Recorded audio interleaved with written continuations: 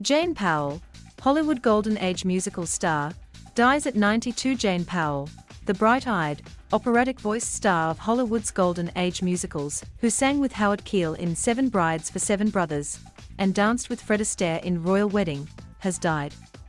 She was 92. Powell died Thursday at her Wilton, Connecticut, home, longtime friend Susan Granger said. Granger said Powell died of natural causes. Jane was the most wonderful friend, Granger said. She was candid, she was honest. You never asked Jane a question you didn't want an absolutely honest answer to. Granger was a youngster when she met the then-teenaged Powell, who was making her film debut in 1944's Song of the Open Road, directed by Granger's father, Sylvan Simon. She performed virtually her whole life, starting about age 5 as a singing prodigy on radio in Portland, Oregon. On screen, she quickly graduated from teen roles to the lavish musical productions that were a 20th-century Hollywood staple. Her 1950 casting in Royal Wedding came by default. June Allison was first announced as Astaire's co-star, but withdrew when she became pregnant. Judy Garland was cast, but was withdrawn because of personal problems. Jane Powell was next in line. They had to give it to me, she quipped at the time. Everybody else is pregnant. Also among the expectant MGM stars, Lana Turner, Esther Williams, Sid Charisse, and Jean Hagen. Powell had just turned 21 when she got the role. Astaire was 50. She was nervous because she lacked dancing experience, but she found him very patient and understanding. We got along fine from the start.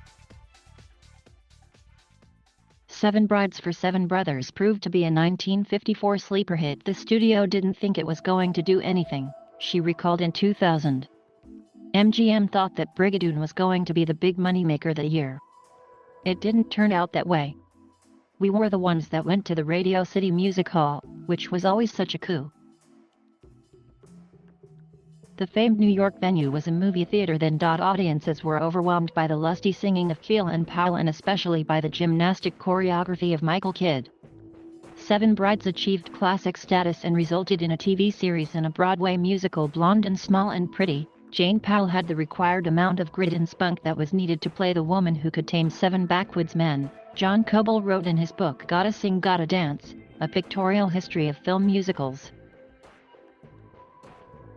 After 13 years at MGM, though, Powell quit the studio, reasoning that she was going to be fired because they weren't going to be doing musicals anymore.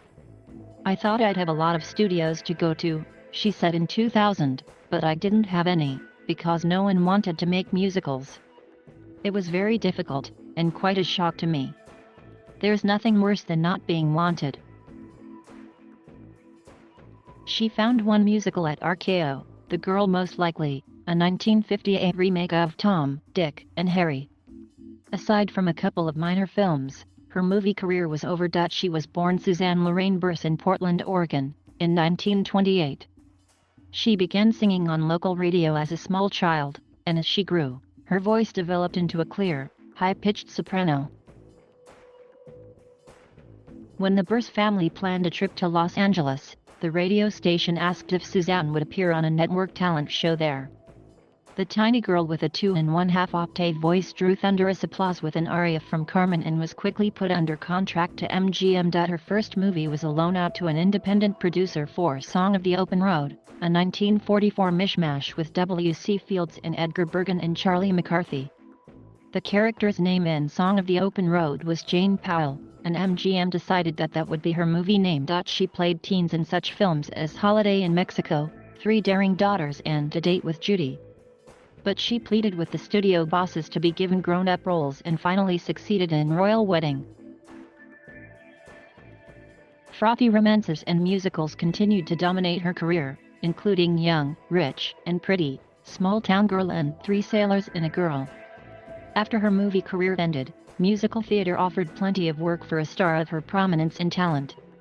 She sang in supper clubs, toured in such shows as The Unsinkable Molly Brown and I Do, and replaced Debbie Reynolds in the Broadway run of Irene. She frequently appeared on television, notably in the Judy Garland role in a new version of Meet Me in St. Louis. As she approached her 70s, Powell abandoned her singing career. "I can't hit the high notes, and I won't be second-rate," she explained in 2000. She switched to drama, appearing in New York theater in such plays as A Vow, portraying mother of an unmarried, pregnant daughter and a son who wanted to marry his male partner.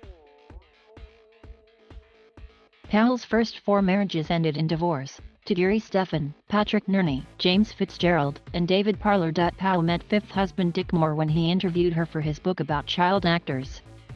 As Dickie Moore, he had been a well-known child actor in the 1930s and 40s and gave Shirley Temple her first screen kiss in Miss Annie Rooney. Moore, head of a New York public relations office, and Powell married in 1988. He died in 2015. Jane Powell's survivors include her daughter, Lindsay Nerney, Granger said. Thank you for watching. Please subscribe.